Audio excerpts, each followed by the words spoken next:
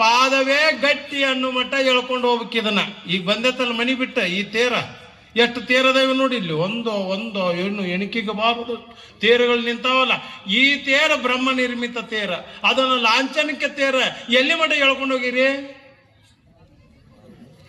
ಎಲ್ಲಿ ಮಠ ಪಾದಗಟ್ಟಿ? ಯಾರು ಅವ? ಕಲ್ಲಿನು ಅಂತ ನೀವು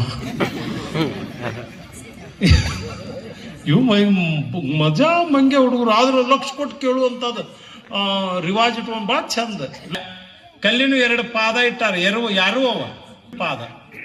ಈ ತೇರ ಬ್ರಹ್ಮ ನಿರ್ಮಿತ ಆ ತೇರನ್ನು ಎಳ್ಕೊಂಡು ಹೋಗ್ತಾರೆ. ಯಾವಾಗ ಈರಭದ್ರನ ಎಚ್ಚರ ಸ್ವಾಮಿ ಆ ಆರೋಹಣ ಆದ ಅಂದ್ರೆ ಎಳಿಲಿಕ್ಕೆ ಪ್ರಾರಂಭ ಆಗ್ತದೆ. ಪೂಜ್ಯರ ಸನ್ನಿಧಾನದೊಳಗೆ ಎಳಿಲಿಕ್ಕೆ ಪ್ರಾರಂಭ ಆಗ್ತದೆ. ನಾನು ವರ್ಷ ಬರ್ತೀನಿ ನೋಡ್ಲಿಕ್ಕೆ. ಈಗ 2 ವರ್ಷ ಆಯ್ತಲ್ರಿ ಬಿಟ್ಟಿದ್ದೆ, 2-3 ವರ್ಷ ಆಯ್ತು. ಆದ್ರೆ ಭಾಳ ಚಂದ.